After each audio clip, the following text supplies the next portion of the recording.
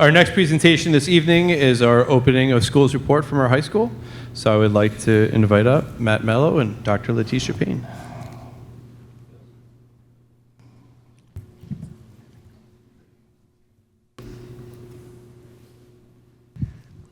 Well, good evening, everyone. It's definitely been an adventurous day, our thoughts, our prayers go out to several of the families that are out there that were affected by events today. All right, I want to draw your attention to a painting that was commissioned by River DeMarco. Every year we have an Aspire Art Contest. She is such a talented artist that our art teachers actually commissioned her to create something for our school this year. And you can see that painting there, and it will be up and around. It probably takes, I don't know, like 5 or 6 hours to look at it to really understand what it is all about. But truly amazing artist. You can see her work on display. You will, and we'll have a nice little ceremony to celebrate her work and keep promoting our Aspire acronym in our school. The other thing I want to point you to is define your why. This is one of the things that we talked to our staff about at the beginning of the year. Really understand why we do what we do, and then understand why we did what we did. And I think it's really important that everything that we do, we ask ourselves why. Everything we're planning to do, we ask ourselves why in order to best meet the needs of our students. And then on the other side of this, we want our students to embrace that concept of defining their why as well. So I think it's really important, for us to understand what we do, and more importantly, why we do it, and keep that in our minds as we frame everything we do for our students in this district. Our board, we always have like a theme, a goal, and last year we developed our core values in Putnam Valley. Dr. Luft, led this initiative. And last year we focused on community. This year we're focusing on opportunity. A couple of the questions that kind of jumped out to Dr. Payne and myself. How do we continue to offer more personalized education programs that meet the needs of all students? I think we're doing an incredible job at the high school of creating almost like a menu of classes that are going to find an interest in some students that can take advantage of that. And I think that's really important. But we want to make sure that we can continue to offer that programming for our students so they have the opportunities that they want and need moving forward. And then how do we intrinsically motivate students to take advantage of the wealth of opportunities? I know Dr. Payne and myself, we read a book this summer called Drive. Dan Pink is the author, but really, you talk about what motivates students, and this came out of our Vision Quest meetings last year. Teachers, staff getting together to really talk about that there might be this lack of motivation, and how does that work? And we can get up and we can make this incredible halftime speech to get them all fired up to go, and maybe that works well in the short term. But how do we develop that motivation within them to want to be successful in whatever they're challenged with? And so I think that's one of the things that we want to focus on this year. Intrinsically motivating students, that drive coming from within, not from outside. So a couple of our focuses this year. A couple staff changes, really minor kind of staff changes this year. We have Karen Crucy returning again as a leave replacement. I can't thank her enough for doing that. So special education leave replacement. And right now, if you can see in the background, our own Gina Fry is out on maternity leave. And we were fortunate enough, and I can't thank Dr. Doherty enough for being a part of helping us find Karen Profita to be the replacement in the student support suite. And she has brought a wealth of experience, knowledge, to us, has been very vocal, stepping right in to help us with all kinds of student needs issues at this time. Our new staff member, we found a physics teacher, everyone, and it's Ashley Graham. When we hired her, her last name was Amos Seger. She's now Ashley Graham. thank you, Ashley. That's a much easier last name to say. But we're real happy to have her here. If you get a chance to meet her, she is all sorts of enthusiasm, excitement, and love, passion for physics. So we're really excited about Ashley coming on board. And we just got a brand new student resource, school resource officer, and that's Matt Monroe. We've been working with him for about a week. We want to thank both Chris Goodman, Deputy Goodman, who was with us last year, and we want to thank Mike Savastano, Deputy Savastano, who took over in the interim until Matt Monroe, Deputy Monroe, was available for us. I got to say that everybody that we've worked with in the Sheriff's Department has been excellent. I can't say enough about any one of those individuals and how well that they support our school, make us a safer place, and there's such great liaisons with the students. They have like incredible conversations. They reach out to the students and make those kind of connections that we want our law enforcement to make with our students. So they're a great resource for them as well. All right, at this time, we are going to invite up a couple of our students to talk a little bit about our Big Buddy program. Today we have Miriam Ortega Alvarez and Jack Gilhooly.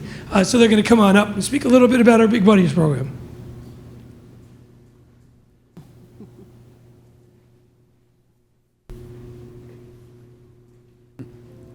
Can I lower this? Yeah, absolutely. Hi, everyone. Hello. I'm Miriam. And I'm Jack. So we're here to talk about Big Buddies. We're obviously the Big Buddies. We're the seniors. So every year, a senior gets appointed to 2, 3, maybe little buddies. So they're the incoming freshmen. And we kind of help them get accustomed to what it's like to be a high schooler, because it's a big change coming from the middle school to the high school.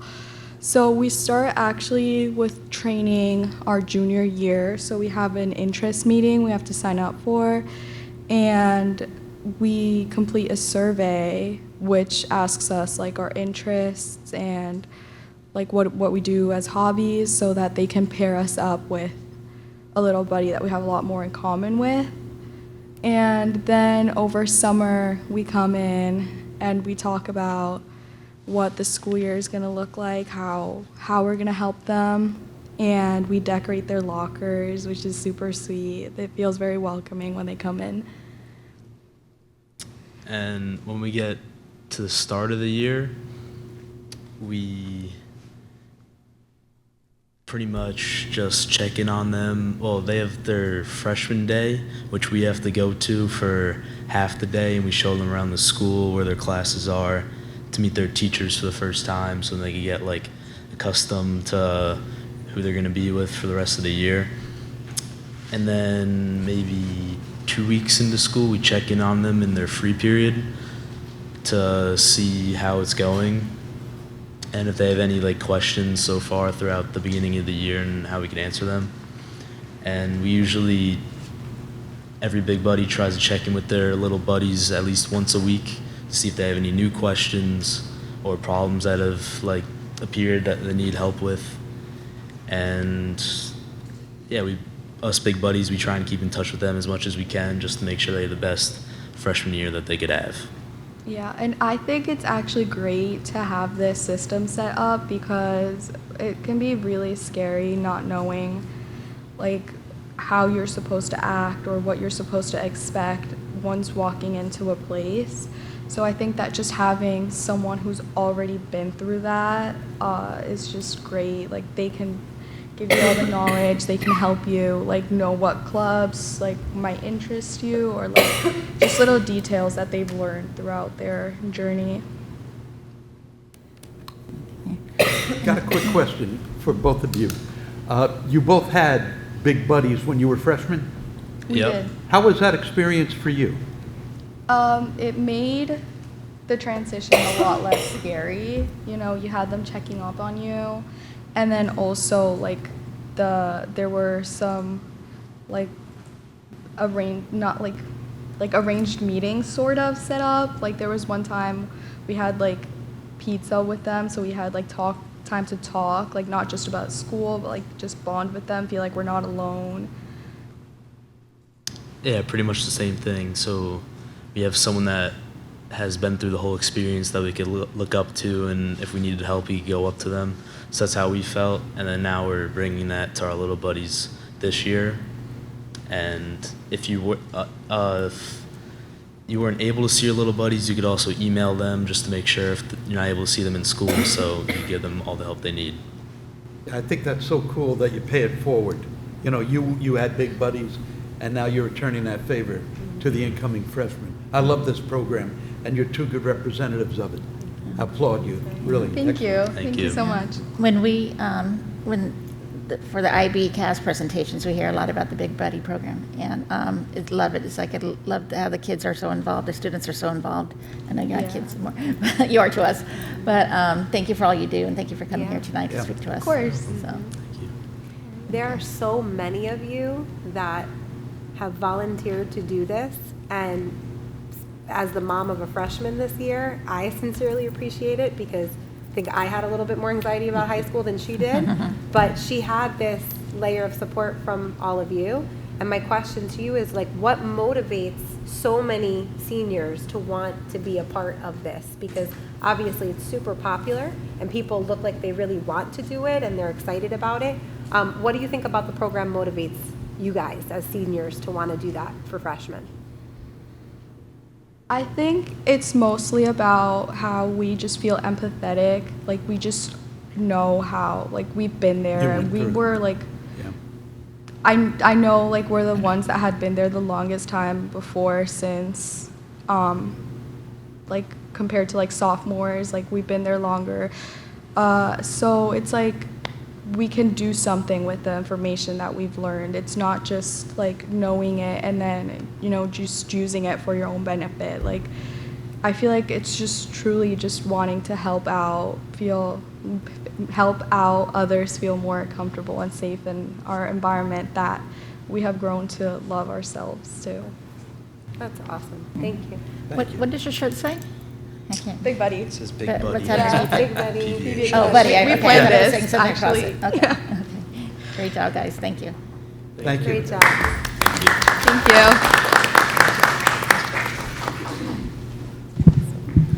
Yeah, it really is amazing to think that we have so many seniors every year that really want to be a major part of influencing the next generation of Putnam Valley High School students. And I want to make sure that we, mention that Lisa Penta and Carrie DeSiena are the advisors for the Big Buddies, and they go above and beyond, what you would expect somebody to do to make sure that they're setting up students to be matched up with the right little buddy and making a really positive experience, not just during the first couple of days of school, but throughout the entire school year. They push into the academic study classes. We have a 15-minute academic class before lunch for ninth graders, and so they push into those classes as well to do some, kind of like learning, right, about school and opportunities and all that. So we're really excited about it. Can't say enough about everything that they do. And I just want to point out the success of this program is directly related to the number of students who participate as seniors. If we had 10 volunteers that were each assigned 12 little buddies, it would be a much different, much less effective program than if you have 80 seniors take on 100 freshmen. Right. And I think that's, again, a huge testament to our seniors and their willingness to give back to a program in which they benefited from, because without that student participation, the program would not have the same impact it does. Absolutely. And if you see that top middle picture, that's all the Big Buddies, kind of like crammed in, to get a picture of them. But, we need a bigger hallway. So maybe that buildings project, just a bigger hallway so we can get a bigger picture of them. And I'll now turn it over to That's the Dr. majority of the Paul. senior class, right? So, as Mr. Mello shared earlier today, we're continuing to utilize, create opportunities for our staff and our students. And in order to do that, you can't do that without the voices of including all. right? And so over our tenure, almost, of being together in the building, we've created 3 groups that we can work with, 3 of our constituents within our building. One that we do every Monday. We have one time on a Monday schedule, 8 of our staff members. This can be from our office staff, our custodians, our faculty. We come together and we focus on a topic that will help us to continue to strengthen the foundation that we have within our building, as well as look at our focus for this school year is to talk about how do we intrinsically motivate, ourselves and our students, mostly our students, throughout the school year. Each morning when we come in to have these conversations, we are collecting all this information. At the end of our first semester of looking at it, we try to see what do we see, what patterns, what trends are we seeing, and then how can we use this information to better support our staff and students within our building. The second group that we have, we're going to invite up 2 students to kind of share on that in just a moment. But before we do that, building out of the student group, we created our parent leadership group. This year we had our first parent leadership group last week, and we invited in a group of parents to come in and talk about the challenges that they feel that students are facing and how we as a school building can help and support. We're hoping to do this at least four times throughout the school year moving forward, and just continue to have parents come in and share their perspective as they see it in their homes. We definitely have our building steering committee where we do have parents on that committee, and we're asking our parents to come in for an evening or maybe an afternoon when they can come in and share some perspective of what they see on their side of things, so that we make sure we're including their voice in everything that we do. So without further ado, because I just love our students in our Tiger Streak this year. Last year we had about 20 students. This year we have 35 students. This particular group is selected by staff members. They're recommended by staff members as they see them as leaders within our school. So it's not your students that would typically volunteer, but we wanted to get a wide array of students from 9th through 12th grade to come in. So I'm just going to invite up Peyton Ferraguzzi and Nolan Lee, who are 2 of our Tiger Streak.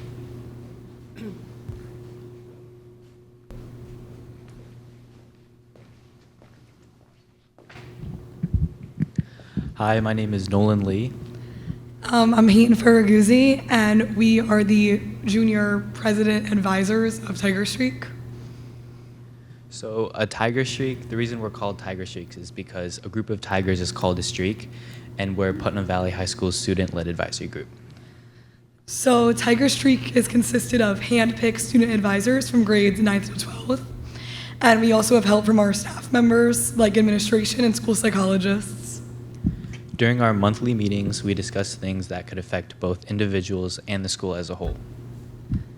In our time in Tiger Streak, we've been able to make changes school-wide with communication, school rules we had either enforced or wanted taken away, and we were able to fix challenges. We are also able to openly discuss problems and challenges we see and face in our school community and share perspectives and ideas throughout grade levels, as well as suggest and find solutions. I know this year, we recently talked about fixing the water filters in the water dispensers because they were all glowing red, and it's not really motivating for students to refill water bottles if they see like a giant red light saying it's not safe. So we through our student and staff communication, we were able to get that done. And the ones without red lights have a little sticker covering the lights, so no one knows what it says. Yeah, but we got it covered, so. Yeah.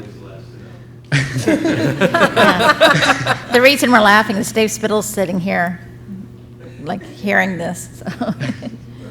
Sorry. Yeah. We're excited in the future to work with the staff and student body and fix any problems we have in the future. Thank you. How many individuals, students, make up the Tiger Streak? So this year, I know last year we had around 20 students, and this year, as Dr. Payne said, we have around 35. Wow. I know last year there were only a few kids in each grade, and this year, so we were in it last year, so we were amongst the first to be a part of Tiger Streaks, and this year there's a few new upcoming juniors and a few upcoming seniors, so out of the junior and senior grade, we added students, and then as well as the upcoming freshmen and sophomores. That's outstanding. Good, good. There's a lot of freshmen. It's good to see there's some involved. I have a question. I know that you guys are nominated by teachers. Is it a voluntary opportunity, or Yeah, we are weren't you forced sort of- into it. Yeah, it's like, They didn't shove us into the room. We get emails. I was just curious. So everybody's really motivated to help. like, Yeah. so Okay, great. like last year we all got like emails saying we were nominated, and I would say that the teacher nominations were well picked because it seems like most of us want to be a part of this and we want to help the school community. I know last year we also went to a technology seminar to discuss the issue of cell phones and devices in school, school rules regarding, social media, digital safety and stuff like that. As like the whole Tiger Streaks, us as a group, we went, it was also like an open invitation, so you could have also gone on the trip as well if you weren't a part of Tiger Streaks, but I think that goes to show how I feel like as a group we're able to get a lot of stuff done, and it's good education. And the staff picking it really helps as well because it's not just the people who want to be really involved and want to do everything. It's really just a wide range of all different types of students to get as many perspectives as possible. Yeah, like the nominations in terms of how many students, like 35 over all 4 grades, it's definitely good because you get people from all different things. So I'm on the track team, but we also have students from football teams. We have kids from jazz band. We have kids that are in the school drama and the school musical. So we get kids that sort of are in all the different aspects of the Putnam Valley community and what our school has to offer. So because of that, we get a wide range of opinions and new ideas. Cool. Wonderful. Any more questions? Excellent. Thank you both for coming out tonight and Thank you, talking. guys. Thank you, guys. Great job. Like I said, I'm very, very, very, very, very proud of all of the students that are a part of Tiger Streets, as much as I'm proud of all of our students at the school. I mean, not only do they bring awareness to what's happening within the building, I think that they do bring about great ideas. One of our seniors who graduated last year helped to create our Student Remind, just making sure that all students were informed. These are ideas that came and were birthed out of our students so that we can create opportunities for students. Our first meeting, we also create community within there. They created a handshake, which they still have to teach Mr. Mello for our next one. So we'll see if he's able to do that. But in that, like they said, they brought up different situations, and then we'll share them out with our staff so that if there's anything that we need to change or support them within the building, we will. If you'll see under there, this year we have student advisors nominated by grade level, so there's at least 2 students. They nominated themselves. They volunteer. Nothing is forced on the students. They pretty much are a true voice within the room. And then we also created a lunch ambassador because we work with our director of food services, and she shared she wanted to hear the perspective of students. So we're going to create opportunities for them to meet, and they'll be able to share, what the students might be interested in eating, how they might want to fix the lunch lines. I think we put numbers last year or something like that so that they make sure everybody got their paninis that were nice and hot. So, I mean, the things that can be brought up are very varied, and we're looking forward to have their parents come in to also lend their voice as well to support what we do at the high school. Okay. I love that photo of the kitten It's in my office. with the tiger reflection. That really is cool. Yeah. It says a lot. So I'd like to invite up Mrs. Judalisa Cancellaro. Did I say it right? See? Okay, so good evening, everyone, and thank you for the opportunity to join you tonight. I'm excited to share a bit about 2 ongoing activities and events that take place at Putnam Valley High School, the Connections Club, and some concepts that we brought together for our back to school night. Both of these activities play a huge role in the support we offer our students and their families and creating a welcoming environment for all. I'll start off with sharing a bit about the Connections Club. This club is specifically designed to support students who are newly arrived to the school district. These students come from a variety of different locations. Some come from neighboring public school districts, private schools, other states, and even other countries. And the key focus of this group is building connections, hence the name of the club, as we understand that at a high school level, moving into a new school district can be very challenging and daunting and difficult. We held our annual newcomers breakfast on September 27th, and on this day we were able to bring all of our new students together to share a bit about their experiences before coming to PBHS. I think that this is an important component that they said was very valuable to them because, again, they're new to the district and we don't really know them, and so what opportunities are we creating to make sure that we're hearing about their experiences before they even joined us? They were able to open up about some of the fears related to this transition and speak about some of their hopes as they continue their journey as new students in the district.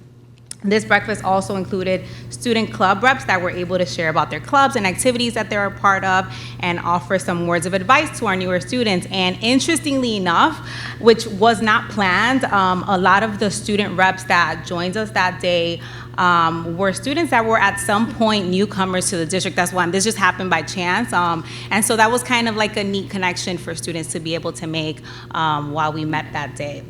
As we move forward, we will continue to support our newcomer students through the school year with monthly check-ins, and this means large group check-ins, small groups, and one-on-one, making sure that we're meeting their specific needs. And we'll also gather feedback through surveys to learn about their experience and to inform ourselves on ways that we can improve help to improve their experience in the transition to a new school district. I'm proud to share that our newcomer students are already reporting positive experiences, and in their short time here, many have been able to connect with different sports and clubs and activities and are receiving support in navigating school platforms as simple as platforms for grading system, academic work platforms, receiving guidance on what adults they should be connecting with for a variety of needs. That could be academic planning, school food services, technology, and social emotional support. And we continue to look forward to build on this program throughout the remainder of the school year. And now I will share a bit about our back to school night. Our focus has been to ensure that we're meeting the diverse needs of our community. And in order to accomplish this, we've implemented a few different strategies. First off, we started off last school year with updating the home language preferences on our power school systems, and this was really an effort to make sure that the systems that we have really reflect the language preferences of our families at home and that they are utilized for effective communication. So one of the things that we want all of our staff to be able to see what those language preferences are so that when they're communicating with our families, we are communicating with them in languages that are their preferred languages. This not only encompasses our ENL students and their families, but we also have many other students who come from families whose home languages are languages other than English. One of the things we did was we had a presentation that was parallel to Mr. Mello's presentation in the pack, and this was a good opportunity for parents to be able to see the presentation in their native language. Many parents shared that they were happy to see that we were providing the option and creating that space to have access to ask questions and learn more about the community in their native language. In addition to the Spanish presentation, we also provided iPads that parents were able to utilize if they wanted to, of course, were able to utilize as they went through each classroom. And these iPads had live translations as they were moving along. But lastly, I have to share that one of my favorite things that I saw that night was how many bilingual student volunteers stepped up to really support our families and visiting classrooms and seeing the community. They were really eager to jump in, and for me, that was the highlight of the night. They were really happy to support with this work, and it truly embodied what a welcoming community looks like. Overall, we want to continue to foster a sense of belonging for our families, and we are proud of the work that we are doing. With that being said, I would like to thank the Putnam Valley community for your support as we continue to strengthen these initiatives. Thank you. Great job. Thank you very much. Thank you. Yeah, I have to say, Judy has done an incredible job of, bringing in or making access to parents more available to everything that we do in the school, and it's really just it's about opportunities, right? That's what we're talking about, right? This year, it's about opportunities, and she's a catalyst to providing more and more opportunities for plenty of other people. All right, on to the really exciting stuff. 5-year enrollment numbers, everyone, they're out. Here they are up on the board. You can see that we are rising up in our enrollment numbers, and I'll talk a little bit about one of the reasons why, which happens to be our Garrison neighbors that are now coming here that we welcome into the school district. But you can see that we had a nice little decline going on there in enrollment, and we're starting to bounce back a bit. We're hoping that continues to happen, but it will really take off when all of our families that had children go through the district and they enjoyed it, and now they're still living here in Putnam Valley, and they could sell their house and move out so a younger family can move in with students to repopulate our schools. We would love that. Not that we don't love you and everything that you've done for our district, but you supported us for a long time. Now support us by selling your house. No one can say that the way you can. I just want that to be put out there. You say it so beautifully. Thank you. I'm one of them.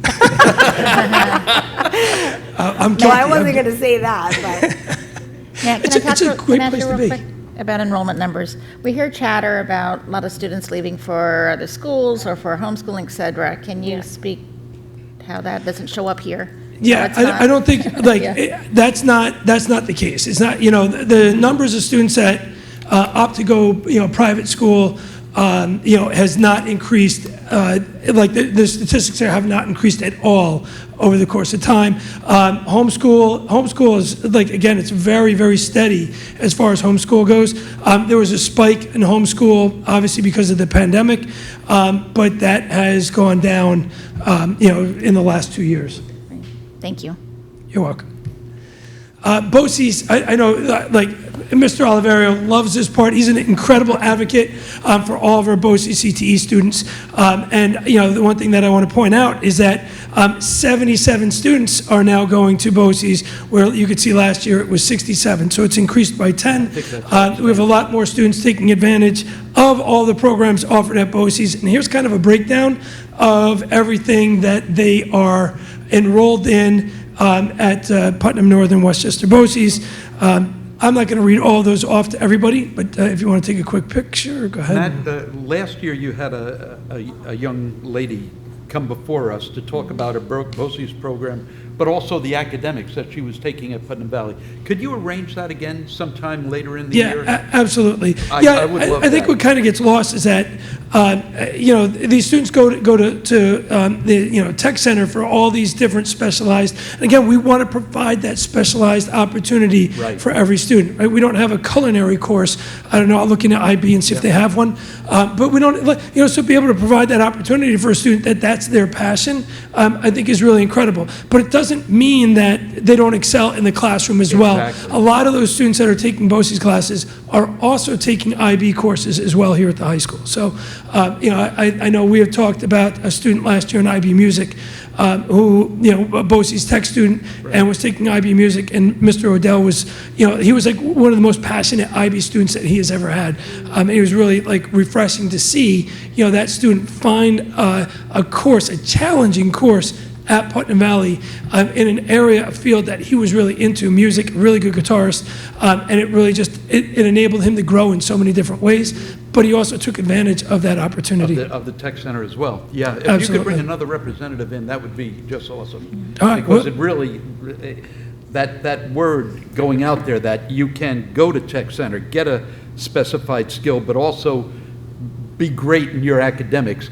People need to hear that because the tech center over the years, it's been tarnished somewhat, and I love that we're rebuilding it here within the district because it's so important for those kids who have different skills. They want to work with their hands or acting or culinary, on and on. So that would be awesome. Yeah, we talk about intrinsic motivation, right? I mean, if there's Yeah. something that a student is passionate about, why are we not trying to find those opportunities I agree. for that student, right? Maybe they're like me and they're not really, strong chemistry students, okay, so they're not going to be strong in that chemistry class, but it doesn't mean that they don't have talents and That's expertise in other areas, and that need to be fostered more and more. And so I really do like what we're doing as far as providing those opportunities for the Thank you. students. And just a plug to Jackie and to you that we like field trips, so we'd always love to go to BOCES and see the site, so. All right, there usually is one, right? There's usually one every year, right? They do, Yes, they do offer an open house, but we Yeah. can also arrange a separate tour if that is Thank you. to the board's liking. I would, in addition to the courses that our students are enrolled in, I would love to see the other courses that perhaps are not being, tapped by students, so that we can kind of share with the community, like the other opportunities that might be available to their students. And to Sam's point, I'm sure that our guidance counselors are talking to kids about all of these opportunities that they have at their fingertips to go and take one particular course, right? And then to come back home to Putnam Valley to, take the rest of their courses. But to be able to kind of get that field experience that a high school, might not be able to offer because it's, a regular high school, is invaluable to our kids, right? And so just knowing that there are other things out there, aside from the courses that kids are currently enrolled in right now, might really spark some interest for some of our community members. So just a thought. no, excellent. I got to say that, one of the other things that we know, talking to the guidance counselors last spring, the enrollment numbers in Putnam Northern Westchester BOCES skyrocketed, their number of requests. And so, they had to turn students away from programs Yeah, a lot that they of wanted things to have go closed into. out. And I think that that's something that we have to make sure that we are working with BOCES to do, and, whatever we can to make sure that our students can take advantage of the opportunities that they want to take advantage of. Sometimes they have to give like choice 1, 2, and 3, and, choice 1 fills up, because, again, BOCES has a limited capacity as well. Yeah. But we need to see that, know that, understand it, so that we can advocate for our students to have the ability to, take part in any of the opportunities that they love want. it. Right. Good. Thank Good. you. Thank you. All right, so we just completed our 5-year IB, that's International Baccalaureate evaluation. This is for the diploma program, commonly referred to as the DP program. The one thing that I love about IB is they are they're like major advocates of the reflective process, and not just the reflective process for students in a classroom, the reflective process for the teacher, the reflective process for us as administrators, in everything that we do IB. So every 5 years, you go through a 5-year, a pretty rigorous reflective process that's outlined pretty specifically by IB. I know Vin Gregorio wanted to be here tonight, but he couldn't, and he really led the charge. I would say over the last year and a half, Vin was embedded in this process, and making sure that he was bringing together the groups that needed to be brought together to do that reflective piece, to understand fully what we're doing, and how we can better support and utilize the IB program moving forward. Just like anybody else, when I looked at this process, almost 2 years ago, and it was like, I got to write down, we do this. Why do I have to write this down? We do it, right? But the value in writing it down, the value in making yourself kind of go through that, you start to think a little deeper about what you do and how you do it. And so it was incredibly beneficial for us to get this idea of where we are as an IB World School, but as a school in general, as far as we're meeting the needs of so many different students academically and excelling. I'm not going to read all that, but key findings. And this was the really important piece. We have a strong IB program. We had 2 visitors. You can see that picture up there. There's 2 visitors in the middle. They're sent by IB to evaluate, what we do and how we do IB, here in Putnam Valley. And they were incredibly impressed with where we were in 5 years. How we got where we are and how the community has really bought into our IB education. Vin actually asked them, they're like, well, you go to all these schools, you probably say this at every school, and they're like, no, we don't, They're very open and honest. They were both from different parts of Canada. They came in here and spent 2 days with us. They met with board members, they met with teachers, they met with administrators, parents, all without us present. So we're there like, I hope this is going well. I hope they're saying the right things in there. But it wasn't even about that. We didn't coach anybody up. The IB team came in to talk to them, interview them, and they were amazed with what we did. One of the things they talked a lot about was our inclusive and family culture. How that is just like resonates throughout our school. They felt everybody they talked to had that same sense of Putnam Valley is really a family community, and that means so much to all of us, because the best groups and teams I've been around have been ones where you have that sense of family. You can really accomplish a lot if everybody feels like they have a place that they belong. So anyway, it went really well, the 5-year evaluation. We're heading into our second 5 years, and we can't wait to see where we are. We still feel like we're maybe we're getting out of the toddler stage when it comes to IB, but we're still growing as an IB school. Along those lines, I know some people have heard about the middle school is bringing in the middle years program, MYP. The high school is beginning that process as well. It's not something you just do overnight. It is a process because it's a program, and there's a lot of legwork that has to go into this from administrators and staff to make sure that it is successful. And I think that that's something that's really important for everybody to understand. It's a lot of work. It's a lot of work. And I know I could sit here and complain about being an administrator and I made the choice to do this, so I can't complain about it, right? But we have to understand that it is a lot of work for our staff. There's a lot of things that they have to go through in their reflective practice in what they're doing to enhance how we do what we do in the classroom and why. Just a note at the bottom, 71% of our students, seniors, 71% of our seniors are enrolled in at least one IB class. That means that 71% of our students are going to be working till the end of May. So senioritis is kind of a thing of the past for many of our students. And then if you look, there's about, our seniors average about 3 IB courses. So across the board, it's almost 3 IB courses that our seniors are taking, and we're really proud that they are challenging themselves with a rigorous course. So I just want to go back real quick. I just want to quickly point out, first, this slide makes me look reflective. It makes me look reflective.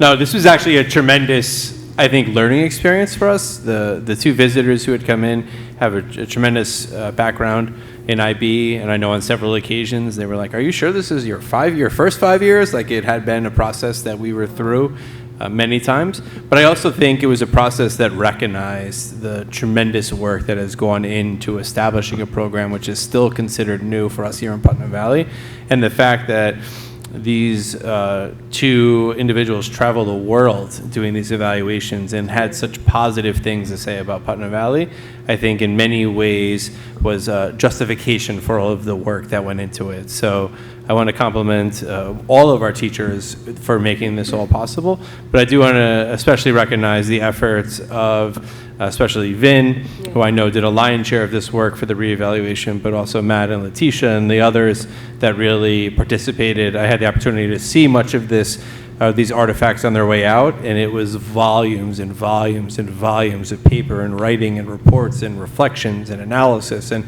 it was a tremendous amount of work. So I did want to recognize the upfront work that went in prior to this visitation ever taking place. So thank you all. Yeah, we have a lot of staff members that work really hard, and they work really hard because they're trying to create, incredible opportunities for our students as they go through this district, and we're really proud of them. Matt, I want to compliment also the IB presentation to the parents the other week. It was outstanding, and I loved that the students were there to explain their perspective on it, and the parents went around and were able to meet with those students. I thought that was just such a class act. And Mr. Di Gregorio, Vin, he is one hell of a salesperson He on is. that IB, I gotta He really tell you. believes in it. He's an He incredible does, asset he to the does. school, I think. He's, Yeah. I Yeah. never met him before. I thought that he's incredible. You were Yeah, enamored, yeah. right? Because was I was enamored. absolutely enamored. I The was like, first "Why don't you time teach me?" also. Yeah. He sold me. I'm wondering, what's next for IB at Putnam Valley, right? This is the first 5-year review. It went very, very well. How are we going to continue to innovate and kind of get deeper into IB? As you said, we're moving out of that toddler phase. What does that look like for Putnam Valley? What were some of the growth points or goals that they kind of helped us to create?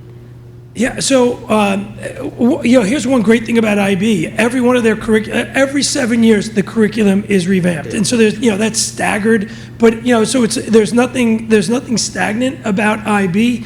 There's going to be curriculum and assessment changes every 7 years, depending on what course it is. I think this year we have to send out, like psychology, computer science, just an extended essay, all these different groups, they have to go out, their 7 years is up. So they've got to be, learn about the new curriculum, understanding. So IB constantly looks at what they're doing and where education is going and makes changes. And then we have to do that as well. So that's happening. But I'll say this, if you look at on the bottom, the two arrows, the last two, two things that they noticed about standardization of scoring. Last year we started this work when we looked at the book, Grading for Equity. We have work to do with standardization of our scoring and grading, right? And I think that's something that I know Jackie and I, we've talked about that, and the importance of that and that common language. And I think that's the help of MYP starting in the middle school and moving up through the high school is that uniformity. A student knows, what, a Rubik score 1 to 7, they know what these things are and what they mean, and I think it's really important to keep reinforcing that.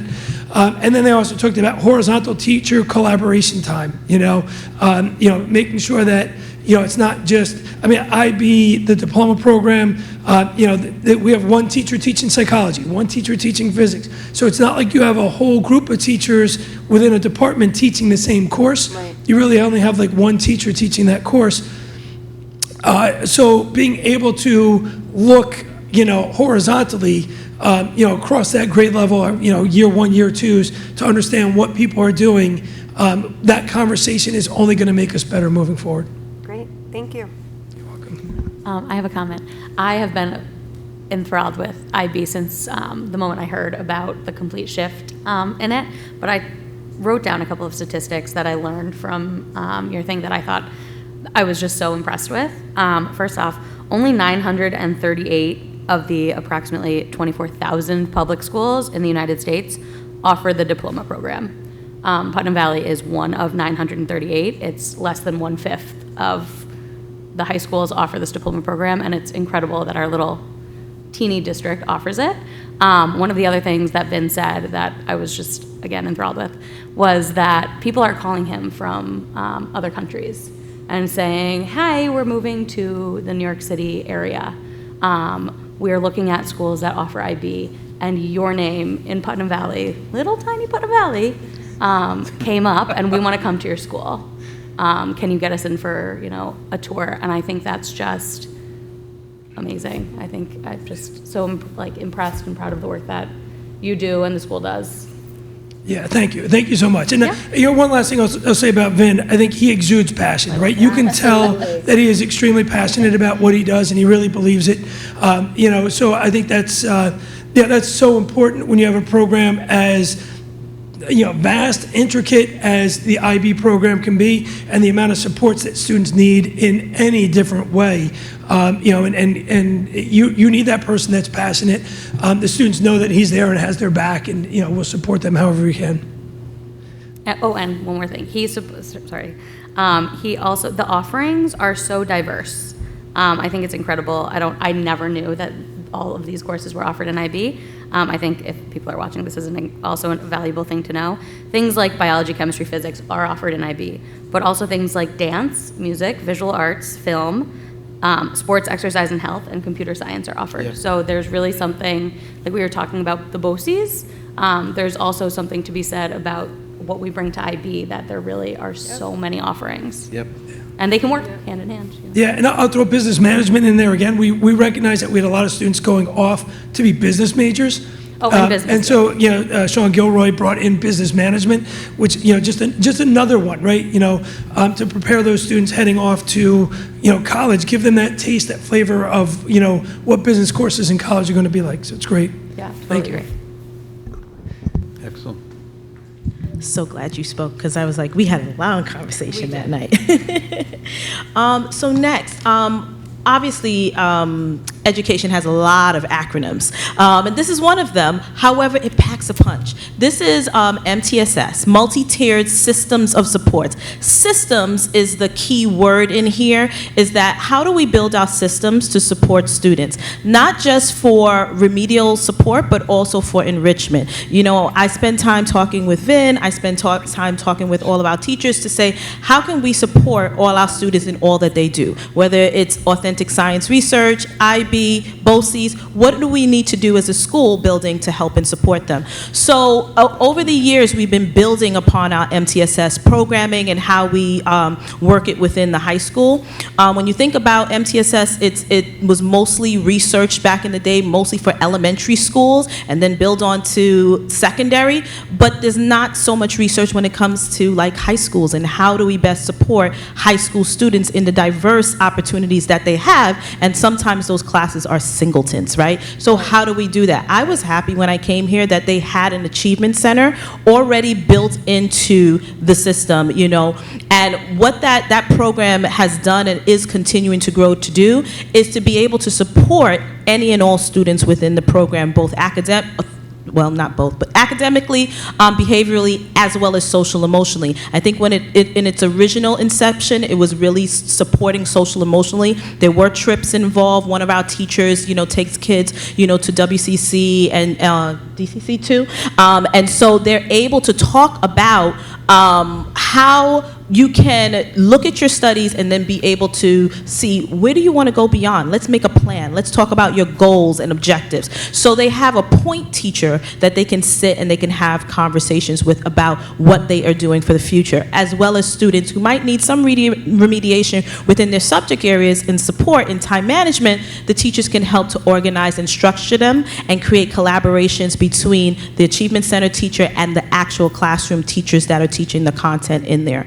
So over the years, we've built upon this by we now have a student support team, which is comprised of the administrators, our school nurse, our school social worker, our school counselors, and our school psychologists, because we want to be able to manage the overall health of the school. How well are we doing? So we make sure we have those critical conversations about any of the significant situations that are happening within our building. And then from that, we also have our student-facing team that actually works on building intervention. So whether it's a social-emotional intervention and or an academic intervention, we invite parents to problem solve with us to try to see how we can best support the student throughout the school year.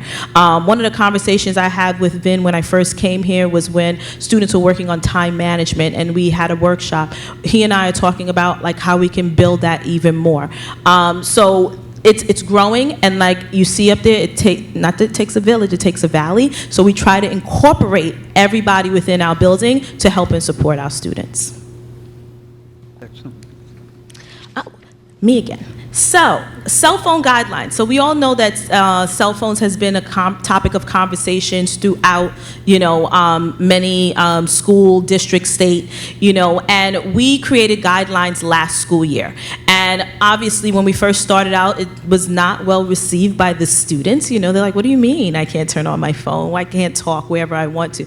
But we created opportunities for them. Yes, you have time to, communicate with others outside of the classroom, but when we're doing instruction, let's turn those phones off and let's focus. Let's talk with one another within the classroom setting. So we offered for them to turn their phones on to airplane mode. Some teachers have offered cubby systems within the classroom where they can place their phones, and then obviously teachers have that discretion of when and where they can use the phone for educational purposes, because we do see the benefits in that manner. But we also see time and time again where it can be a mental health concern, where they're so focused on the cell phone phone and who's talking to who and, you know, what's going on over there, that they're very much distracted by what's happening. And sometimes it's to the point where then we need to have our student support, you know, involved in a lot of the matters. So this year we've included kind of like a 3-step process to support the students. We have conferences directly with the students, conferences where that involve administration, conferences that involve the parents, and then if we need at time to reduce the amount of interaction with their phone, we have a place in our building where that phone can be housed so that they can then be less distracted throughout the building. But usually that doesn't happen till later on down the line after we've had several conversations with them to try to build a plan around how we're going to, you know, operate within the classrooms. Questions? All right. You know, that the cell phone problem may be alleviated because I know there is talk, and I had mentioned this at the Tiger Street meeting, Matt, that Governor Hochul and the legislature are moving to outlaw them completely in schools. So let's see where that goes. That may save the board and the administrators the headache of enacting our own type of, you know, no cell phone use. Yeah, and we're also willing to have conversations. So what was built out of some of our building steering committee conversation is to hopefully have some form of a cell phone summit where we just have that conversations with families to just figure out how do we responsibly use cell phones, because people are going to use cell phones, and how do we responsibly use them? You heard our students talk about our digital citizenship courses that they had so that they can make those decisions within their practice.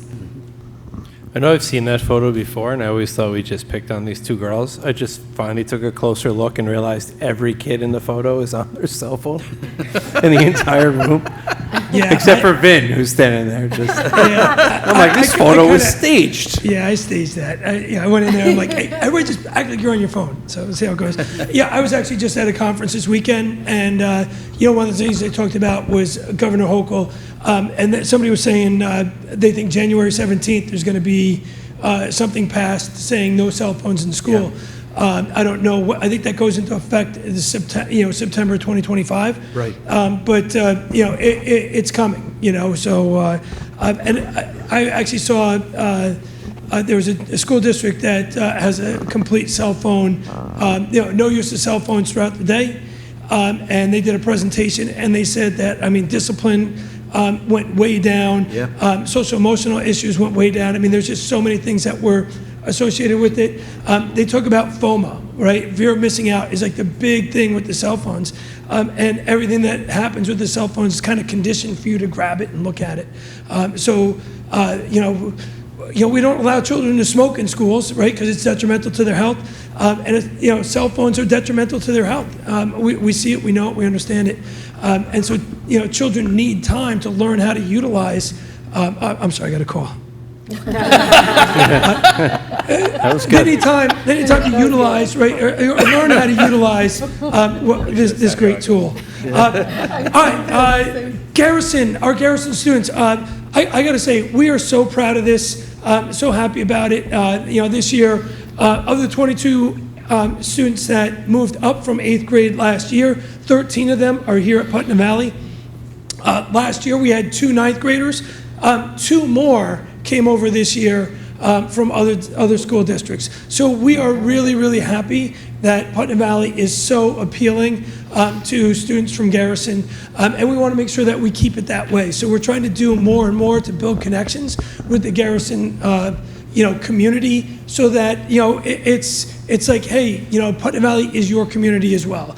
We're blended, and that's really where we'd like to be. I know Dr. Luft has been in touch with Dr. Stoll, the superintendent over at Garrison.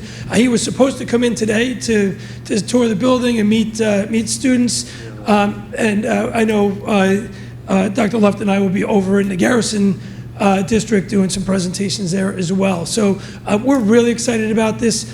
And these students are awesome. You know, they're doing a great job here at Putnam Valley. They blend in and they become part of Putnam Valley. It's seamless, and they're taking advantage of so many different opportunities that are out there. And so we're really happy. We have the 8th grade presentation for Garrison students on November 13th. they come over here, they get a sampling, largely because they have to decide what high school they're going to go to in the beginning of December. So we need to give them a taste of Putnam Valley. That'll happen November 13th. And then November 18th, we have the parent presentation, so the Garrison parent presentation happening then as well. Just a couple upcoming high school events. So IB Music and IB French are heading this Friday to the Tarrytown Music Hall for the Opera Carmen. I think that's a really cool opportunity for them to take advantage of. Our fall drama, Girls in the Boat, will be not this weekend, the one after, November 8th through the 10th. I think it's Friday and Saturday at 7 and Sunday at 1. November 13th, November 18th, I talked about. November 19th, we have our Mu Alpha Theta induction ceremony. November 25th, that's what Dr. Payne talked about. Mr. Scampoli will take a group of seniors over to WCC for an orientation trip. And also on November 25th at night, we have the 9th Annual Gratitude Festival. If you have not gone to the Gratitude Festival, go to the Gratitude Festival. So many of our students just showcasing their talents musically in a variety of ways. It is a highly, highly entertaining evening. And you just get to see students show off their talents. They work real hard outside of a classroom, to perform music, together, solo. It's a really cool thing. Sometimes we have alumni that come in and perform as well. And then November 26th, that's the day before our Thanksgiving break, we have our Fall Spotlight Awards ceremony, and that happens during lunch, our community lunch here at the high school. Reflections, questions? Reflections is really IB. like that. That's IB. It's IB. I threw it in there. I love it. You know my question. Excellent. Community service. Can you speak about community service, how it's being reviewed, monitored, who's in charge of it? Yeah, so we've had a little bit of a shift, and we brought back our Make a Difference Club this year. We have 3 advisors for the Make a Difference Club, and so they are kind of getting feedback from administration as far as students that might need community service to be able to reach out to them. But largely, we wait until about January to kind of run some reports to see where students are with community service.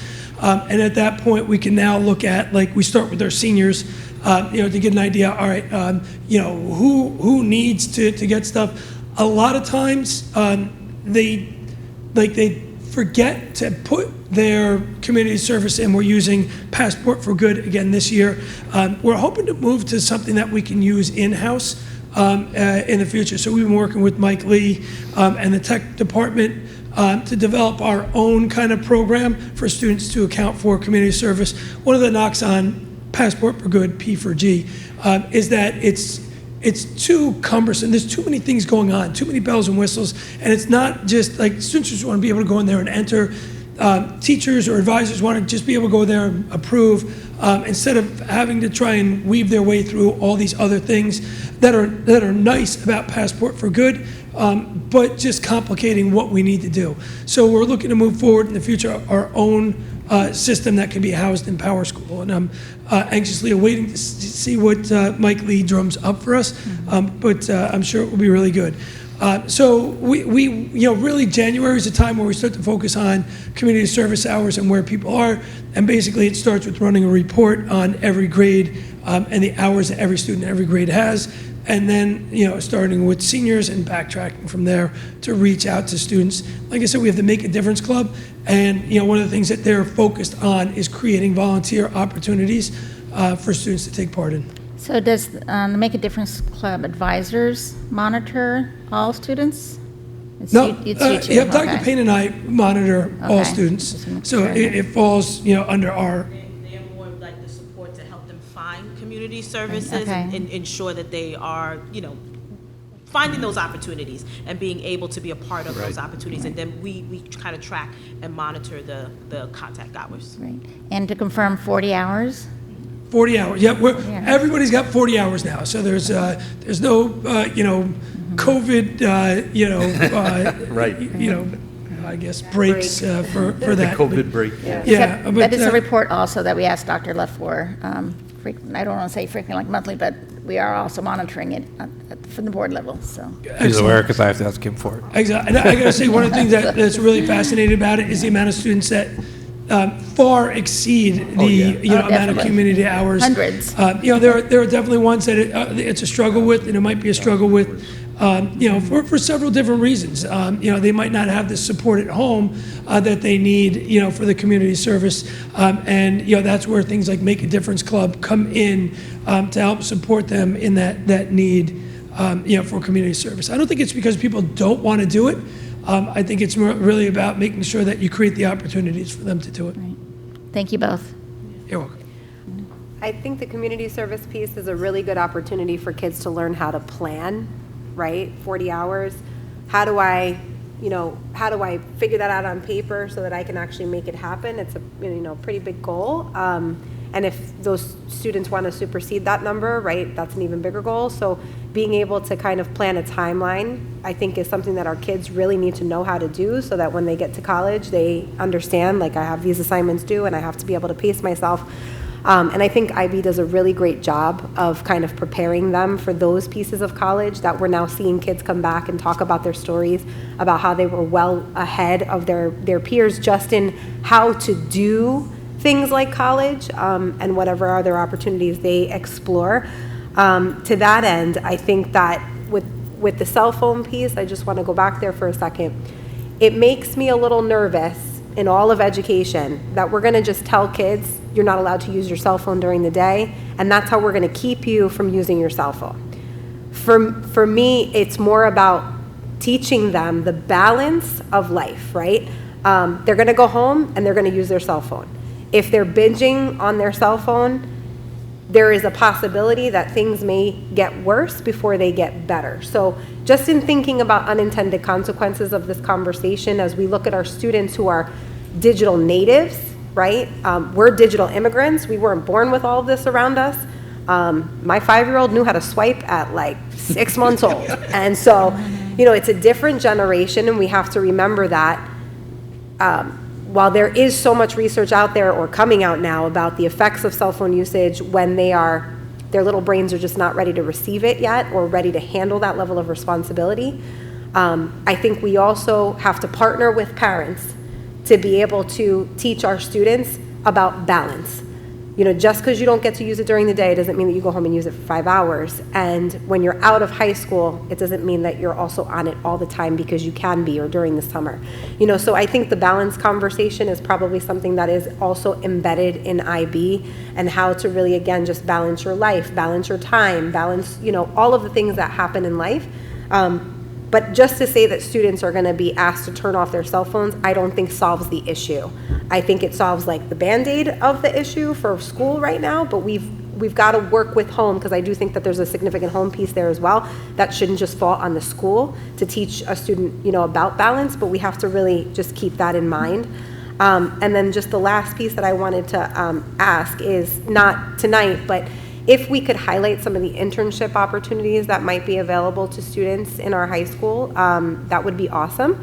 If there are not that many internship opportunities for students, maybe we can look at that so that students can start to really go out into the field and dabble in what they think they want to do for the rest of their lives, figure out if that's really what it is, and then be able to have a more solid footing when they go to college.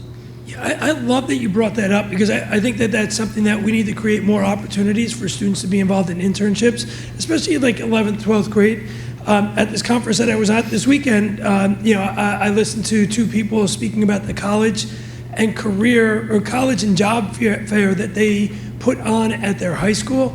And it just seemed like, you'll get like a job fair, right? Where, okay, you go around and you visit these, different, or career fair where, somebody's going to talk to you about their career there, but they kind of blended the two of them together. It sounded really interesting because they brought in local businesses that were actually, looking to hire people, not just sit there and present, but they're actually looking to hire people, for their local business, whether it was like an internship type thing or it was actually to pay them. So I don't know if our students are exposed enough to opportunities that might be right out here in our community. I know Putnam Valley is pretty small. We don't have an IBM on hand, But, there are other places, within the area. I mean, this place was upstate New York, and it was near Great Adventure up in Lake George. Glens Falls was a high school. So those students had all these other opportunities that were there for them with internships. But we're not that far from a lot of different areas that, possibly could offer internships for our students. And I think that they like to do that. I think businesses like to do that and provide students with those opportunities. So I agree. I think we need to look into that more and provide more opportunities for our students. Part of our Vision Quest last year even brought up that opportunity, so I know that our staff would help to support us looking into having those opportunities built into the high school. Wonderful, thank you. The cell phone issue, I just want to piggyback on what you said. The decision will not come from us or the administration. It will come from the state of New York. And we all know, at least I know, that the logic that rests in Albany is not the most acute or on the money. That's because they don't have you up there. You ain't kidding. And I'll say really, this. I'm serious about that, because they don't look at an area with enough extensive research and understanding. They don't. And right now, the research is just coming out because now we can research it because cell phones have been around long enough.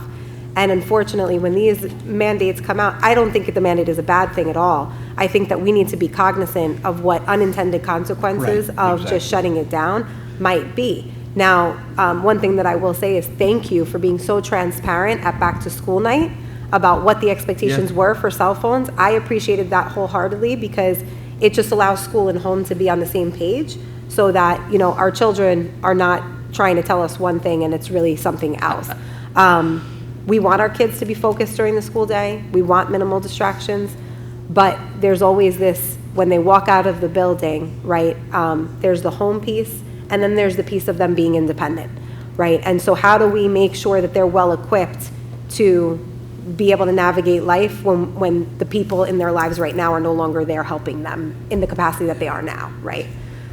No, I mean, I do like what we're doing as far as saying, like, hey, some of the onus is on you, right, to learn how to use this responsibly. And if you're not going to be able to use it responsibly, now we're going to have to look at taking it away. I don't know what New York State is going to put out there as far as, like, they don't want to call it a cell phone ban. They want to call them like cell phone guidelines, like we did, right? Like we're not banning cell phones, but we're saying that school or the classroom is not the place for them. Largely is what they're talking about. So if you're very curious, I think we're going to be doing a lot of work this summer in trying to understand and educate everybody based on what New York State comes out with, what next year will look like. But I agree with you. Like there's got to be an opportunity for students to demonstrate that they can be responsible with the cell phone, and if not, how do we educate them to do that? And like I said, if we come up with a 3-step process, hey, if this happens, we're communicating home, and I got to say the communications home have been really, really positive. We're not getting kickback from parents being like, how dare you take this up? That's not happening. They're right on board with us, and I think that's really important. The conversations with the students as well has been positive too, and they understand that there's time and place too, because when you're in your classroom and you're engaged in your activities, obviously you're going to have that time to communicate, but you have time during lunch, you have time at other times throughout the school day to have those conversations. And so there's a balance of conversation that we do have with the students prior to any kind of other situations happening with them.